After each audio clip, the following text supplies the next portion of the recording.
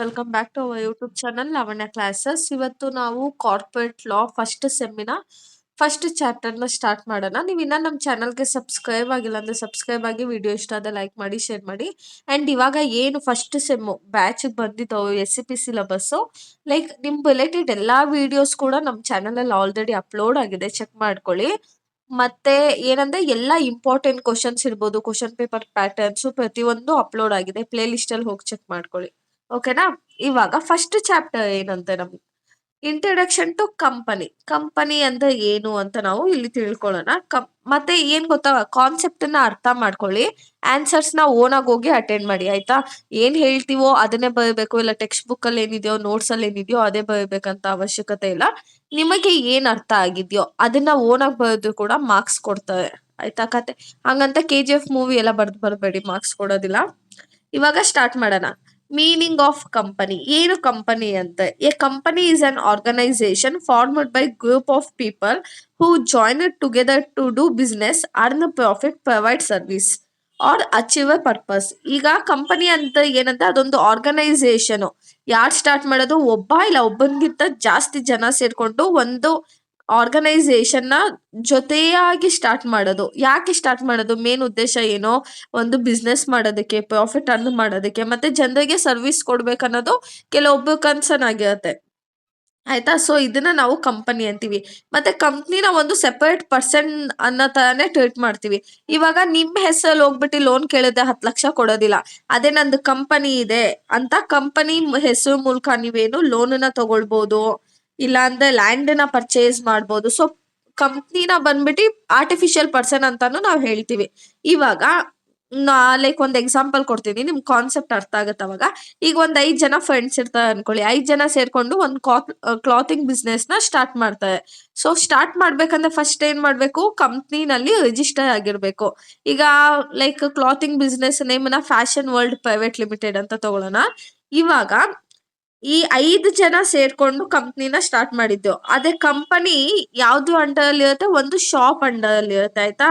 ಈಗ ಕಂಪ್ನಿ ಹೆಸರಲ್ಲಿ ಅವ್ನು ಲೋನ್ ತಗೋಬಹುದು.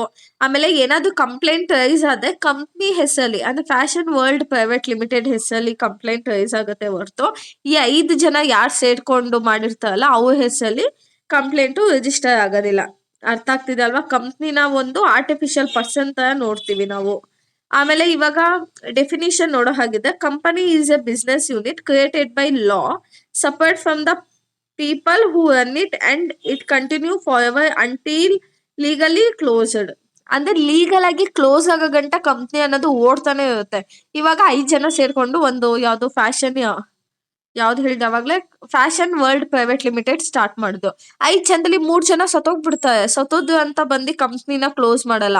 ಅಂದ್ರೆ ನೀವಾಗೆ ನೀವು ಲೀಗಲ್ ಆಗಿ ಕ್ಲೋಸ್ ಮಾಡಕಂತ ಆ ಕಂಪನಿ ಅನ್ನೋದೇನಾಗ್ತಿರುತ್ತೆ, ರನ್ ಆಗ್ತಾ ಇರುತ್ತೆ. ಇವಾಗ ಅರ್ಥ ಆಯ್ತಲ್ಲ? ನೆಕ್ಸ್ಟ್ ಕಾನ್ಸೆಪ್ಟ್ ನೋಡೋಣ. Features of company. Features of company one by one ನೋಡೋಣ. ಏನು first point? Separate legal entity. ಅಂದ ಸೆಪರೇಟ್ ಲೀಗಲ್ ಎಂಟಿಟಿ ಅಂದ್ರೆ company is separate from its owner. It has its own legal identity.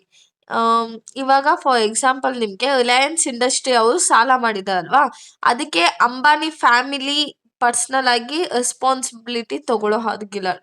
ಅಂದ್ರೆ ಯಾವುದೇ ರೀತಿ pay ಮಾಡೋ ಹಾಗಿಲ್ಲ, ಕಂಪನಿನೇ ಪೇ ಮಾಡ್ಬೇಕು. ರಿಲಯನ್ಸ್ ಕಂಪನಿನೇ ಪೇ ಮಾಡ್ಬೇಕೇ ಹೊರ್ತು ಈಗ ಫೌಂಡರ್ ಅಂಬಾನಿ ಅಲ್ವಾ, ಅವನು ಕಟ್ಟೋ ಹಾಗಿಲ್ಲ. ಏನಾದ್ರು ಸಾಲ ಗೀಲನ ಅವ್ನು ಕಟ್ಬೇಕಂತ ಅಲ್ಲ. ರಿಲಯನ್ಸ್ ಕಂಪನಿ ಇಂಡಸ್ಟ್ರೀಸ್ ಹೆಸರಲ್ಲಿ ಲೋನ್ ತಗೊಂಡಿದ್ದ ಅದು ಮಾತ್ರ ಪೇ ಮಾಡ್ಬೇಕು. ಅಂದ್ರೆ A company is A separate from its owner. ಈಗ ನಾನು ಒಂದು ಕಂಪನಿನ ಓಪನ್ ಮಾಡ್ತೀನಿ ಅನ್ಕೊಳ್ಳಿ, ಆವಾಗ ಕಂಪ್ನಿ ಹೆಸರಲ್ಲಿ ನಾನು ಲೋನ್ ತಗೊಂಡಿರ್ತೀನಿ. ನಾಳೆ ದಿನ ಏನಾದ್ರೂ ಸೀಸ್ ಮಾಡಿದ್ರೆ ಕಂಪ್ನಿನ ಸೀಸ್ ಮಾಡ್ತಾರೆ ಹೊರತು ನನಗೆ ಯಾರು ಬಂದು ಕೇಳೋದಿಲ್ಲ. ಸೊ ಏನು? Separate legal entity. ಈಗ ರಿಲಯನ್ಸ್ ಇಂಡಸ್ಟ್ರೀಸ್ ಇದೆಯಲ್ಲ, ಅದು ಸಾಲ ಮಾಡ್ಕೊಂಡಿದ್ದಕ್ಕೆ ಅಂಬಾನಿ ಫ್ಯಾಮಿಲಿ ರೆಸ್ಪಾನ್ಸಿಬಿಲಿಟಿ ತಗೊಳ್ಳೋ ಹಾಗಿಲ್ಲ. ಮತ್ತೆ ಪರ್ಸನಲ್ ಆಗಿ ದುಡ್ಡು ಕಟ್ಟೋದು ಅಥವಾ ಏನು ಮಾಡೋ ಹಾಗಿಲ್ಲ. ಇದೇನು ಸಾಲ ತಗೊಂಡಿರ್ತಾರಲ್ಲ ಅದು ರಿಲಯನ್ಸ್ ಇಂಡಸ್ಟ್ರಿನೇ ಪೇ ಮಾಡಬೇಕು. ಓಕೆನಾ? ನೆಕ್ಸ್ಟ್ ಒಂದು ಲಿಮಿಟೆಡ್ ಲಯಬಿಲಿಟಿ. ಲಿಮಿಟೆಡ್ ಲಯಬಿಲಿಟಿ ಅಂದ್ರೆ ಏನು? ಸಾಲ. ಎಷ್ಟು ಸಾಲ ನೀವೆಷ್ಟು ಶೇರ್ಸ್ ಹಾಕಿರ್ತೀರೋ ಅಷ್ಟಕ್ಕೆ ಮಾತ್ರ ನೀವು ರೆಸ್ಪಾನ್ಸಿಬಲ್ ಆಗಿರ್ತೀರ. ಓಕೆನಾ? Share holders are responsible only for the money they invested in the company. ಅಂದ್ರೆ ಶೇರ್ ಹೋಲ್ಡರ್ಸ್ ಯಾವುದಕ್ಕೆ ರೆಸ್ಪಾನ್ಸಿಬಲ್ ಆಗಿರ್ತಾರೆ ಅಂದ್ರೆ ಅವ್ರು ಎಷ್ಟು ಶೇರ್ಸ್ನ ಬೈ ಮಾಡಿರ್ತಾರೋ ಅಷ್ಟಕ್ಕೆ ಮಾತ್ರ ರೆಸ್ಪಾನ್ಸಿಬಲ್ ಆಗಿರ್ತಾರೆ.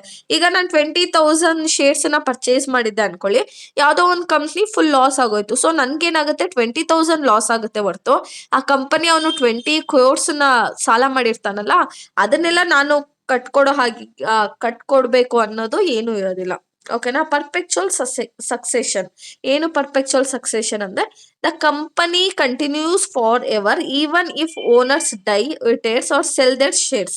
ಈಗ ಟಾಟಾ ಗ್ರೂಪ್ಸ್ ನಲ್ಲಿ ಟಾಟಾ ಗ್ರೂಪ್ಸ್ ಏನಿತ್ತು ಅದಲ್ಲಿ ಡೆತ್ ಆಯ್ತು, ಹಂಗಂತ ಟಾಟಾ ಕಂಪ್ನಿ ಕ್ಲೋಸ್ ಆಯ್ತಾ? ಇಲ್ಲ, ಫೌಂಡರೇ ಡೆತ್ ಆಗೋದು. ಈವನ್ ಏನಾಗ್ತಾ ಇದೆ, ಆಟೋಮೆಟಿಕ್ ಅದೇ ರನ್ ಆಗ್ತಾ ಇದೆ ಅಲ್ವಾ. ಇವಾಗ ಓನರ್ ಸತ್ತು, ಇಲ್ಲ ರಿಟೈರ್ ಆದ್ದು, ಇಲ್ಲಾಂದ್ರೆ ಶೇರ್ಸ್ ನ ಸೇಲ್ ಮಾಡಿದ್ನು, ಅದು ಕಂಟಿನ್ಯೂಸ್ ಆಗಿ ಹಾಗೆ ಕಂಟಿನ್ಯೂ ಆಗ್ತಾ ಹೋಗುತ್ತೆ. ಅರ್ಥ ಆಯ್ತಲ್ಲ? ಪರ್ಪೆಕ್ಚುಯಲ್ ಸಕ್ಸೆಷನ್ ಅಂತ ಅಂದ್ರೆ ಈವನ್ ಫೌಂಡರ್ ಡೆತ್ ಆದ್ರೂ ಕಂಪನಿ ಕಂಟಿನ್ಯೂಸ್ ಆಗಿ ಓಡುತ್ತೆ ಅಂತ. Next, artificial legal person. A company is not a human being but the law treat it like a person.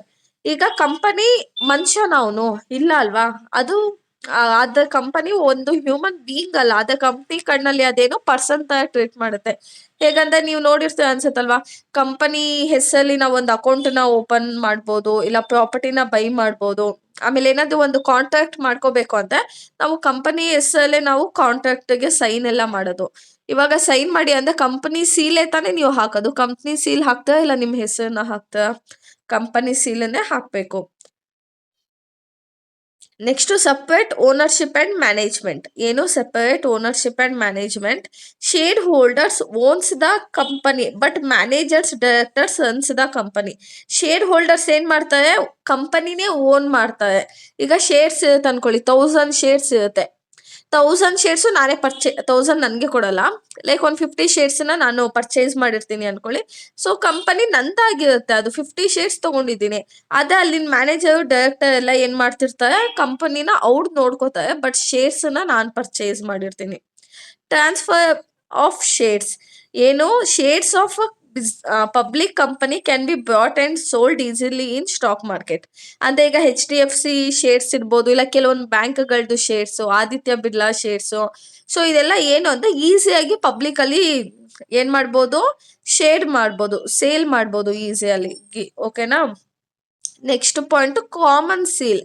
Common seal ಅಂದ್ರೆ ಈ ಕಂಪನಿಲಿ ಏನಿದೆಯೋ, the company seals act as A official signature. Company seal ಏನ್ ಹಾಕ್ತಾರೆ ಅಲ್ವಾ, ಅದನ್ನ signature ಆಗಿ consider ಮಾಡ್ತಾರೆ.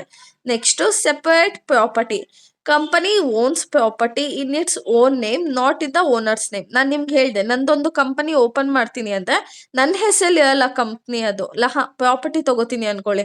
ಈಗ ಏನಾದ್ರು ಪ್ರಾಪರ್ಟಿ ತಗೊಂಡ್ರೆ ನನ್ನ ಹೆಸರಲ್ಲಿ ಇರಲ್ಲ, ನಾನು ಕಂಪನಿ ಹೆಸರಲ್ಲಿ ನಾನು ಪ್ರಾಪರ್ಟಿನ ತಗೊಳ್ಳೋದು. Capacity to sue and be sued ಅಂದ್ರೆ ನನ್ಗೆ ಕಂಪನಿಗೆ ಯಾವ ತರ ಕೆಪಾಸಿಟಿ ಇರುತ್ತೆ ಅಂದ್ರೆ, ಒಂದು ಇನ್ನೊಬ್ಬರ ಮೇಲೆ ಕೇಸ್ ಫೈಲ್ ಮಾಡ್ಬೋದು, ಇಲ್ಲ ಇನ್ನೊಬ್ಬ ನಮ್ ಕಂಪ್ನಿ ಮೇಲೆ ಕೇಸ್ ಫೈಲ್ ಮಾಡ್ಬೋದು.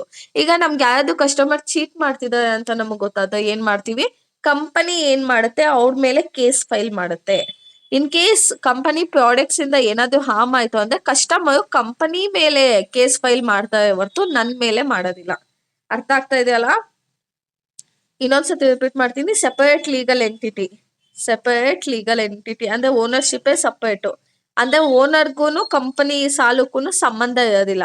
Limited liability. ನೀವು ಎಷ್ಟು ಶೇರ್ಸ್ ನ ಪರ್ಚೇಸ್ ಮಾಡಿರ್ತೀರೋ ಅಷ್ಟು ಮಾತ್ರ ಲಾಸ್ ಆಗುತ್ತೆ, ಅದ್ಬಿಟ್ಟು ಈ ಎಂಟೈರ್ ಅವನೇನ್ ಲೋನ್ ಅಮೌಂಟ್ ತಗೊಂಡಿರ್ತಾನಲ್ಲ ಅದಕ್ಕೂ ನಿಮ್ಗೂ ಏನು ಸಂಬಂಧ ಇಲ್ಲ. Next, perpetual succession. Perpetual succession ಅಂದ್ರೆ ಯಾರು ಬಿಟ್ಟೋಗ್ಲಿ, ಸತ್ ಹೋಗ್ಲಿ, ಏನಾದ್ರೂ ಕಂಪ್ನಿ ಓಡ್ತಾ ಇರುತ್ತೆ. ಆರ್ಟಿಫಿಷಿಯಲ್ ಲೀಗಲ್ ಪರ್ಸನ್ ಅಂದ್ರೆ ಈಗ ಕಂಪನಿ ಹೆಸರಲ್ಲಿ ನಾವು ಅಕೌಂಟ್ ಓಪನ್ ಮಾಡೋದು, ಪ್ರಾಪರ್ಟಿ ಬೈ ಮಾಡೋದು, ಇಲ್ಲ ಸೀಲ್ನ ಸಿಗ್ನೇಚರ್ ಆಗಿ ಯೂಸ್ ಮಾಡೋದು. ಸೆಪರೇಟ್ ಓನರ್ಶಿಪ್ ಅಂಡ್ ಮ್ಯಾನೇಜ್ಮೆಂಟ್ ಅಂದ್ರೆ ಶೇರ್ಸ್ ಯಾರು ತಗೊಂಡಿರ್ತಾನೋ ಅವನು ಓನರ್ಶಿಪ್ ನ ಮಾಡ್ತಾನೆ, ಈ ಮಿಕ್ದವನು ಮ್ಯಾನೇಜ್ ಮಾಡ್ಕೊಂಡು ಕಂಪ್ನಿಲಿ ಕೆಲಸ ನಡೆಸ್ಕೊಂಡು ಹೋಗ್ತಾ ಇರ್ತಾನೆ. ಟ್ರಾನ್ಸ್ಫರಬಿಲಿಟಿ ಆಫ್ ಶೇರ್ಸ್. ಇವಾಗ ನನ್ನ ಹತ್ರ ಇರುತ್ತೆ ಶೇರ್ಸ್, ನನಗ್ ಬೇಡ ಅಂದ್ರೆ ನಾನು ನಿಮಗ್ ಕೊಡ್ತೀನಿ, ಆಯ್ತಾ?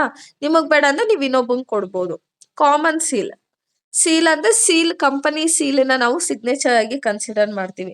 Separate property. ಕಂಪನಿ ಹೆಸರಲ್ಲೇ ನಾವು ಪ್ರಾಪರ್ಟಿನೆಲ್ಲಾನು ಪರ್ಚೇಸ್ ಮಾಡಿ ಅದು ಕಂಪನಿ ಹೆಸರಲ್ಲೇ ಇರುತ್ತೆ. Next, capacity to sue and be sued ಅಂದ್ರೆ ಕಂಪ್ನಿಗೆ ಒಂದು ಕೇಸ್ ಫೈಲ್ ಮಾಡೋ ಅಂತ ಕೆಪಾಸಿಟಿನೂ ಇದೆ, ಮತ್ತೆ ಕಂಪನಿ ಮೇಲೆ ಇನ್ನೊಬ್ರು ಕೂಡ ಕೇಸನ್ನ ಫೈಲ್ ಮಾಡಬಹುದು. ಇವಾಗ next meaning of company act 2013 ಏನು ಕಂಪನಿ ಆಕ್ಟ್ 2013 ಏನು ಇನ್ಕ್ಲೂಡ್ ಆಗಿರುತ್ತೆ ಅಂದ್ರೆ ಹೇಗೆ ಒಂದು ಕಂಪನಿ ಫಾರ್ಮ್ ಆಗಬೇಕು, ಹೇಗೆ ಆಪರೇಟ್ ಆಗಬೇಕು, ಮತ್ತೆ ಡೈರೆಕ್ಟರ್ಸು ಹೇಗೆ ರೂಲ್ಸ್ ಅಂಡ್ ರೆಗ್ಯುಲೇಷನ್ಸ್ನ ಫಾಲೋ ಮಾಡಬೇಕು, ಆಮೇಲೆ ಅಕೌಂಟ್ಸ್ನ ಹೇಗೆ ಮೇಂಟೈನ್ ಮಾಡಬೇಕು, ಮತ್ತೆ ಕಂಪನಿನ ಇನ್ ಕೇಸ್ ನಿಮಗೆ ಬೇಡ ನಮ್ಮ ಕೈಯಲ್ಲಿ ಹ್ಯಾಂಡಲ್ ಮಾಡೋದಕ್ಕಾಗಲ್ಲ ಅಂದ್ರೆ ಕಂಪ್ನಿನ ಹೇಗೆ ಕ್ಲೋಸ್ ಮಾಡಬೇಕು. ಅಂದ್ರೆ ಇವಾಗ ಕಂಪ್ನಿ ಆಕ್ಟ್ 2013 ಏನ್ ಮಾಡುತ್ತೆ, ಇದಿಷ್ಟನ್ನು ಪ್ರತಿ ಒಂದು ಕಂಪ್ನಿ ರಿಲೇಟೆಡ್ ಪ್ರತಿ ಒಂದನ್ನು ಅದೇ ಕಂಟ್ರೋಲ್ ಮಾಡುತ್ತೆ. ಕಂಪನಿ ಆಕ್ಟ್ 2013 ಆಯ್ತಲ್ವಾ. ಈಗ next one by one study ಮಾಡೋಣ.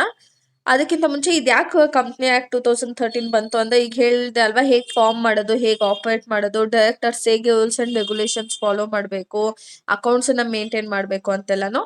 ಇದೆಲ್ಲ ಯಾಕೆ ಬಂದಿರೋದು ಅಂದ್ರೆ ಇದು ಏನು ಫ್ರಾಡನ್ನ ಕಮ್ಮಿ ಮಾಡೋದಕ್ಕೆ, ಟ್ರಾನ್ಸ್ಪರೆನ್ಸಿ ಜಾಸ್ತಿ ಮಾಡೋದಕ್ಕಿರ್ಬೋದು. ಟ್ರಾನ್ಸ್ಪರೆನ್ಸಿ ಜಾಸ್ತಿ ಮಾಡೋದು, ಇಂಪ್ರೂವ್ ಮಾಡೋದು ಅಂತ ಅಂದ್ರೆ ಅಲ್ಲಿ ಏನು ಅಕೌಂಟ್ಸು ನೀನು ಏನು ಖರ್ಚು ಮಾಡಿದ್ಯಾ ಅದನ್ನ ಕಂಪ್ಲೀಟ್ ಆಗಿ ಆಡಿಟರ್ ಮುಂದೆ ನೀನು ತೋರಿಸ್ಬೇಕು. ಓಕೆನಾ. ಆಮೇಲೆ ಇನ್ವೆಸ್ಟರ್ಸ್, ಈಗ ನಿಮ್ಮ ಕಂಪ್ನಿನ ನಂಬಿಟ್ಟು ಇನ್ವೆಸ್ಟರ್ಸ್ ಇನ್ವೆಸ್ಟ್ ಮಾಡಿರ್ತಾರೆ, ನೀವು ಮೋಸ ಮಾಡಿಬಿಟ್ರೆ ಸೊ ಅದಕ್ಕೇನೆ ನೀವು ಕ್ಲೀನಾಗಿ ಅಕೌಂಟ್ಸ್ ನಿಮ್ಮದು ಪ್ರಾಫಿಟಲ್ಲಿ ಇದೆಯಾ, ಕಂಪ್ನಿ ಲಾಸಲ್ಲಿ ಇದೆಯಾ, ಇದನ್ನೆಲ್ಲನೂ ಕ್ಲಿಯರ್ ಕಟ್ಟಾಗಿ ನೀವು ಅಕೌಂಟ್ಸಲ್ಲಿ ತೋರಿಸ್ಬೇಕು. ಸೊ ಇದೆಲ್ಲ ಮಾಡೋದ್ರಿಂದ ಏನಾಗುತ್ತೆ ಅಂದ್ರೆ ಬಿಸ್ನೆಸ್ ತುಂಬಾ ಸ್ಮೂತ್ ಆಗಿ ರನ್ ಆಗುತ್ತೆ. ಇನ್ನೊಂದು ಹೇಳ್ತೀನಿ, ಯಾಕೆ ಈ ಕಂಪ್ನಿನಲ್ಲಿ ಅಕೌಂಟ್ಸ್ ಅನ್ನ ಪ್ರಾಪರ್ ಮೇಂಟೈನ್ ಮಾಡಬೇಕು ಅಂತ.